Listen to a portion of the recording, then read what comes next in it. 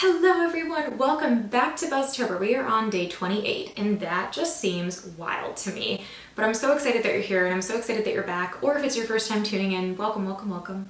Everyone is welcome here. Well, what we're doing, in case you didn't know, is we're spending the entire month of October just trying to get into the spooky mood. So I'm reading scary stories and scary Reddit things and just all around the spooky-ish that you just absolutely know and love. So if you are ready, we're gonna go ahead and dive into day 28. And we're gonna do so by me talking a little bit about, okay, so what I'm wearing. This is a sweatshirt that I got when I went to the Kentucky Bourbon Trail a little while back. We were hanging out with a couple of our very, very good bestest friends, and we ended up going to one of the spots, like one of the distilleries where I sell some of their bourbon. It's known as Willet. If you're a bourbon lover, trust I know you know exactly what it is. Fantastic. If you get the chance to try it, my recommendation would be the rye. That one's my personal favorite. So if you get to see that, it's worth the money. I absolutely love it. If I hadn't mentioned this already, it's an extremely allocated item that we carry. So if you're a bourbon lover, absolutely give it a try or go buy yourself some. And yeah, so that's what this is from. And we are drinking the same Peju that I had opened up a couple days ago because I'm only filming this from a couple days ago. So we're still sipping on that because we can't finish a whole bottle by ourselves. Honestly, I absolutely could, but like, can't do that every day, you know?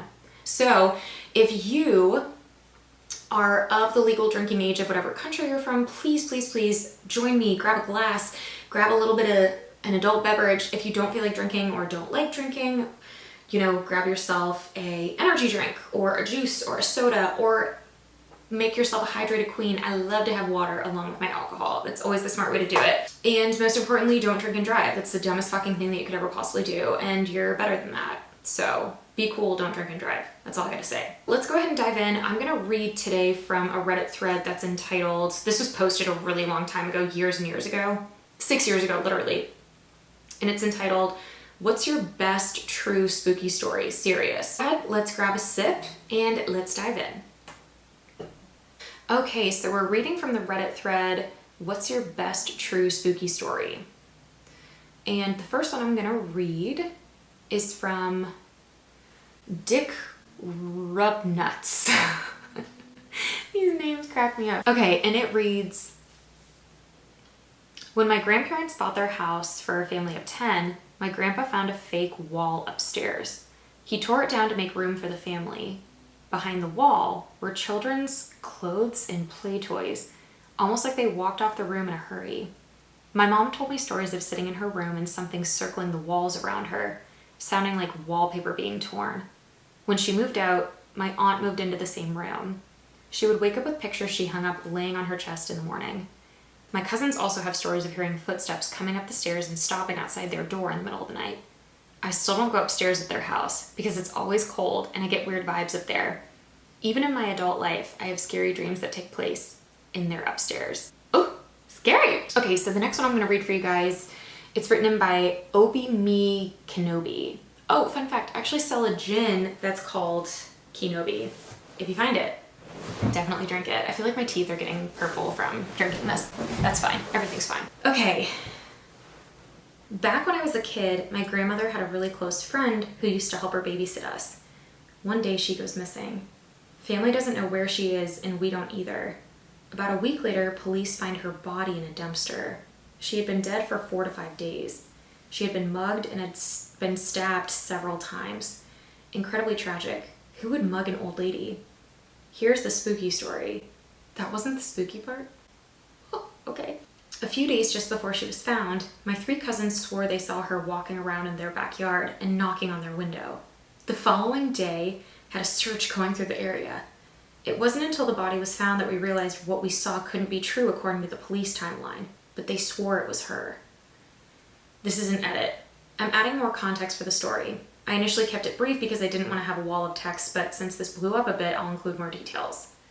The backyard was actually pretty big and long because it was shared by the entire apartment complex, which had 4 units, 2 upstairs, 2 down. My cousins were in the downstairs unit on the left. Again, like I said in a different post, it was gated on all sides by wooden fencing. My cousin's window had blind spots, so you couldn't see the entire backyard. It wasn't nighttime, but the sun was setting. They said it was almost down at this point, so I assume around 7 p.m.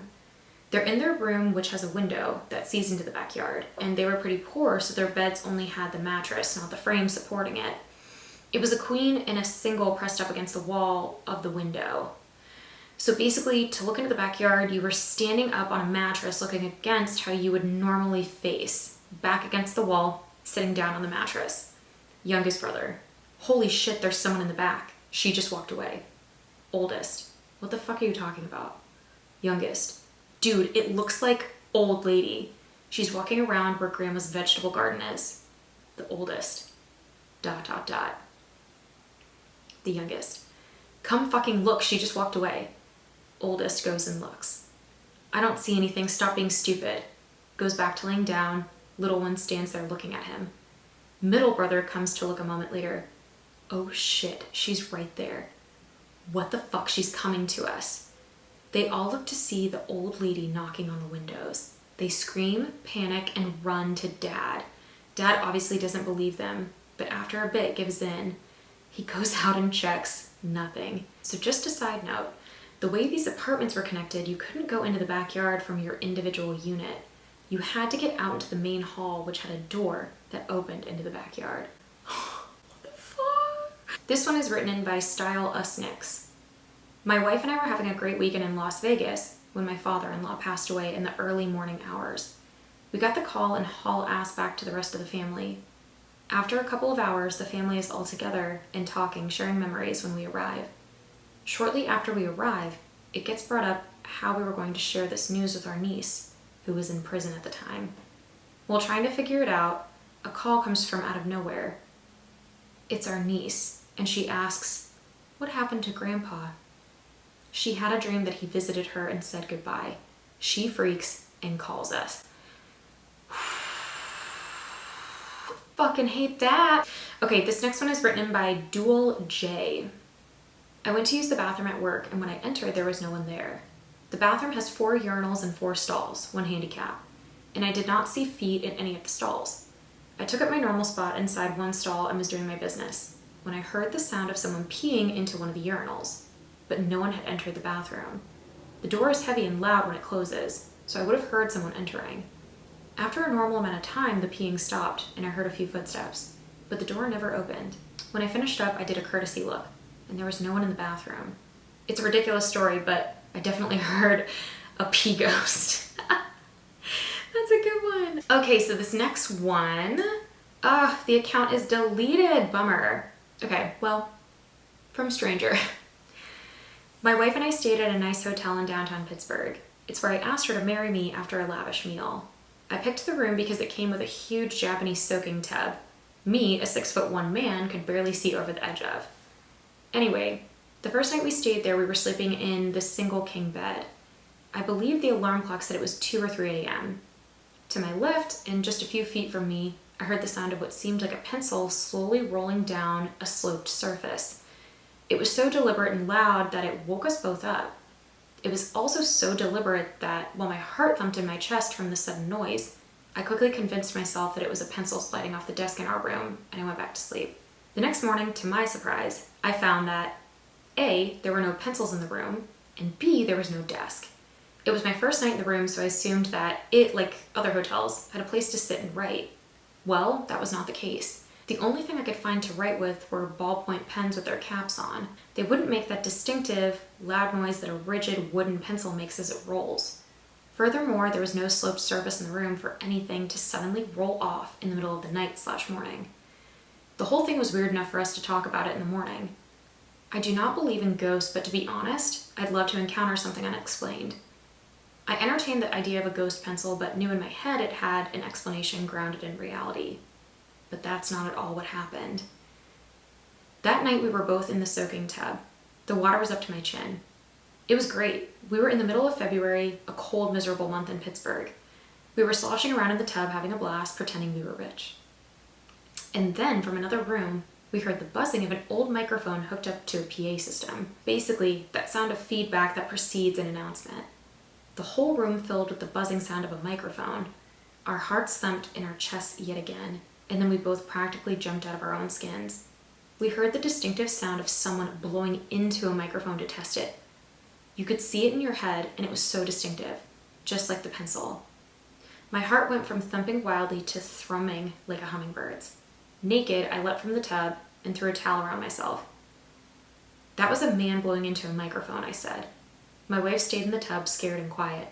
I searched our room and did not find a speaker, or any kind of speaker grill embedded into a wall or the ceiling. We could not for the life of us find a potential source for the sound other than an iHome speaker that was already playing music from my iPhone. So that was our story. We still had one more night. We were exhilarated by our engagement and the ghosts that haunted the hotel. A week later, I had thought to email the hotel. I asked them about their building. Pittsburgh is an old town, and downtown Pittsburgh is a very, very old town. They got back to me and explained, as my jaw dropped, that they used to be an old telephone factory.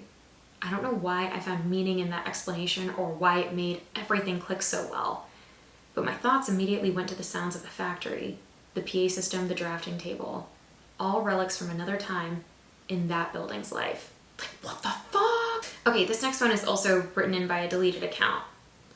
For about 10 years now, my Nana has been living in a nursing home. She had a stroke and mentally she is not all there. She still recognizes us when we visit and gets happy to see us, but she often talks in gibberish, thinking she's in a distant memory in the past. It makes me sad because she and I always had a very close connection growing up. My parents both worked a lot and she would stay with me. She used to know when I was lying. She could always sense when I was sick, even when I wasn't over. And she and I are eerily similar both in personality and looks. There are pictures of her when she was 21, and it could be me in the picture. We were very close growing up, and I love her dearly.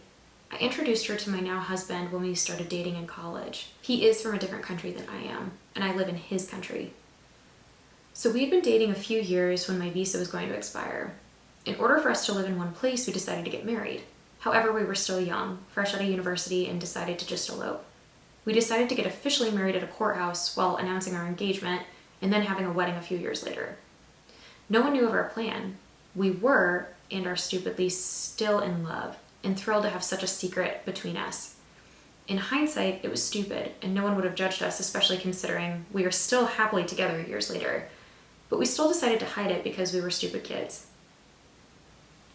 So we flew to visit my parents in my home country and announce our engagement, and my dad picked us up from the airport. We were chatting in the car when he tells us that my Nana was freaking out while he visited her the other day, the day we decided to elope. Why was she freaking out? She announced to my whole family that she saw in her dreams that I had eloped and was now married. They dismissed her because they didn't expect it at all. She kept insisting and was incredibly lucid about it. She raised her voice, which she hadn't done since before the stroke. My dad had mentioned because he thought it was sweet that she was so worried about this and became so lucid. My husband and I just got silent in the car and I went cold. We don't know how she knew that or if it was just a coincidence, but she knew somehow. We went to visit her a few days later and she didn't remember it at all. She was thrilled we were engaged. We are happily married now and had our wedding and stuff. And no one ever found out we'd eloped before the wedding day, except my Nana apparently. Aw, that's like a sweet one. I love that. If you have a connection with someone like that, comment below. I love hearing stories like that. That's really cool. Okay. All right, this next one is written in by Urge Hall 666. Once again with the goddamn 666. I don't love this. Okay. When I was in high school, my uncle would throw me a couple bucks to help babysit his kids with my aunt. They lived in a 2-story house by the water, nice area. The kids were about 3 and 6. One day I was sitting in their den on my phone when I started to hear a baby crying. Thinking it was the 3-year-old, I headed to the bottom of the stairs to check and see if my aunt was up there and dealing with it. I called for her a couple times with no response. The baby kept crying. I called for her one more time, and when I got no response, I started walking up the stairs. Then I heard my cousins and aunt playing outside. All the hairs on my body stood up, and I literally felt a chill run down my spine. I quietly turned around, walked down the stairs, got in my car, and drove away. The baby was still crying when I closed the door behind me. A few years later, I was drunk at a family party and told my uncle the story. He told me that he and his wife used to hear the baby too, and apparently the previous owners had a kid die of SIDS in that room upstairs. He's uber Catholic and had a mass said for the baby. He said that after that, it never happened again. Still gives me the willies when I talk about it though. Okay, that's terrifying. It also, oh my gosh. So once they had the mass for the baby, it stopped happening? Oh my God, I never know what to make of that kind of stuff. That kind of stuff freaks me the hell out. This next one, this one's written in by Tom-Evans. At the time I was around 14, I'd asked my dad to wake me up early that morning at about 5 a.m. because I had some work to get done. That morning I was woken up and I flung my legs over the side of the bed. I felt a tug on both of them. What I thought at the time was just my dad trying to get me to hurry up. I reached over to pick up my phone and turned it on. 3:30 a.m.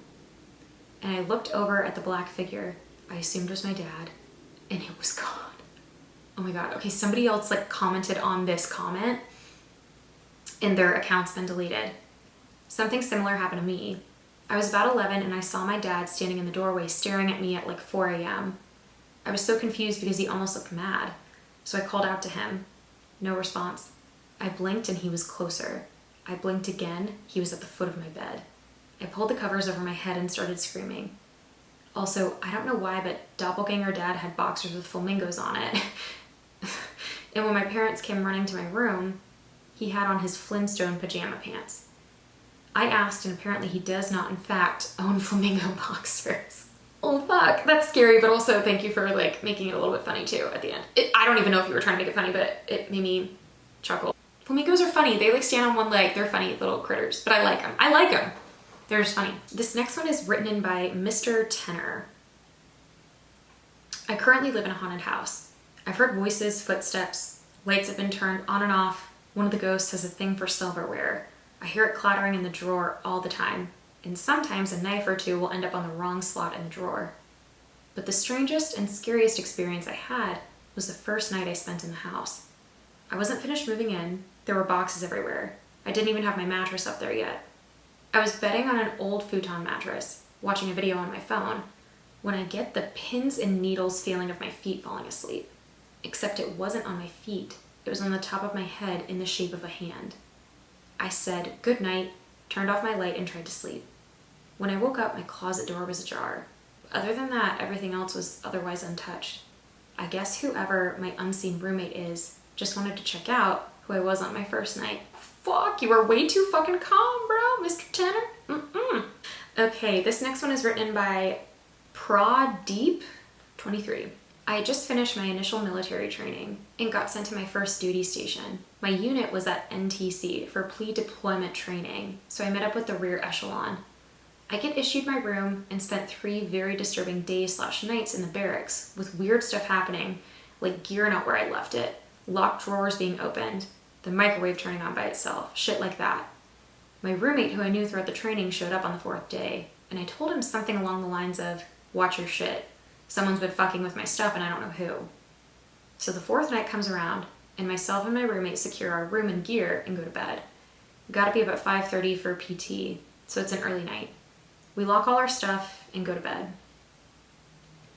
I woke up around 0100 because my blanket had fallen to the ground, and I was cold, which was weird because we were in the south in summer, so it's always hot. I hopped down to get my blanket, and I noticed my armoire is open, so I open the lock, close it, lock it, and go back to bed. I fell asleep pretty easy, but I woke up again at about 02:30, and all my stuff and my roommate's stuff is thrown around the room. I wake up my roommate, and he's pissed because someone's fucking with us and can't figure out who it is. We clean it up, lock up our stuff, and go back to bed. I wake up a 3rd time at 03:37, and we were not alone. I can hear my roommate snoring, so I know it's not him. I sat up and saw someone in the little kitchenette area with the fridge open looking in it. I was freezing again. I was about to say something as the soldier turned around. My eyes had a moment to adjust to the bright light, and then I started recognizing the gear, like the L-shaped flashlight on his shoulder. His Alice pack with magazine holders, canteens, boots, and fatigues. This dude was combat ready. As my eyes reached his face, he turned a bit and I could see it. Half of his head and helmet were gone, blown off by the looks of it. I'm scared shitless at this point. He closed the fridge, walked across the room, keeping his bright green eyes on, opened my front door and walked out. As he exited, he turned back around and said to me, "Be safe." I didn't sleep the rest of the night. I didn't wake my roommate up. I just sat up in bed for about 2 hours till I had to get ready for PT. 0630 rolls around, so everyone is outside in the barracks, in formation, getting ready to start PT. And the acting first sergeant says, "Hey, not Chase, you good? Look like you seen a ghost." I replied with, "Negative, I'm fine." 1SG good to go. About halfway through PT, he comes up to me and asks me what's wrong because I'm visibly shaken up. I told him I was fine, just couldn't sleep last night. A few others asked if I was okay, and I just lied and said I was fine. I really wasn't, and they could see that, but they let me be. After PT ended, the acting 1SG pulled me to the side and told me, speak freely, openly, and with all confidentiality and off the record, what's wrong? I told him that if I told him what happened, he would think I'm batshit crazy. He assured me it was off the record and once again said, talk to me. You seriously look like you've seen a ghost. That got an awkward chuckle out of me, and I began to tell him my story, and when I got to the part about his head, the acting 1SG lost his shit. Who the fuck put you up to this? This is not funny. He smoked me for about 30 minutes, made me do push-ups, mountain climbers, stuff like that, all while yelling at me that I'm a piece of shit. Finally, after about 30 minutes of that, he says, look at me in the eye and swear on everything that you love that you are not lying to me. I told him I was not lying. It fucking happened. So he says, follow me, and I do. We get to the command office, which I had never been in, and they were obviously locked. He takes me behind the 3 locked doors in 3 rooms I'd never stepped foot in, and when he opened the last door, I saw it. It gave me chills. It still gives me chills. But plain as day, there's the soldier's portrait behind the commander's desk. I froze and said, that's him.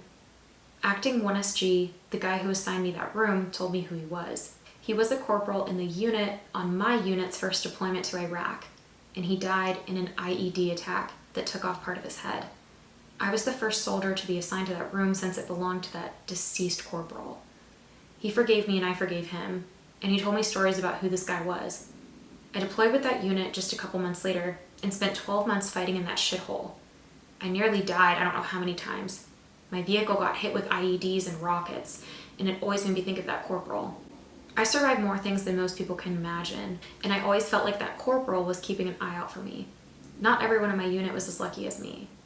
3 from my company didn't get to come home. Lord, that was heavy. But holy fuck, like I actually totally believe that for some reason. I have no reason, there's no proof, but I for some reason like fully believe that. So someone else commented on that and said mine was a bit different. Once again, a deleted account, sorry guys. Me and a friend of mine live in rural Ireland. We were going for a walk in the grounds behind a castle. It was pretty and dark, and we glanced into an area that has a well and something caught our eyes. I walked over and looked into the well, only to see 2 yellow eyes looking up at me, and a sinister looking grin from a girl with dark hair. Naturally, we ran like little girls. We were followed by this little girl all night. We went to a graveyard and found her watching us while she sat on a tree. We went under a bridge a few miles outside of the village, and she started standing at the corner of the bridge and slowly started walking towards us. We both saw her every single time. Explanation is easy. We dropped a shitload of LSD and were hallucinating. Just fascinating that we both saw the same thing. I never told him what I saw in the well until he told me he had seen it. It matched. Oh my god. This next one is written by Lucan III. I tell this story a lot and no one ever believes me, but I know what I saw. I was staying at my grandparents' for the summer when I was 14 and it was 11 p.m. and I was thirsty. I go out to the kitchen and see who I thought was my granddad sitting at the table eating a sandwich. I say hello, grab a glass of water, and head back to my room. My grandfather comes out of his room and asks who I was talking to.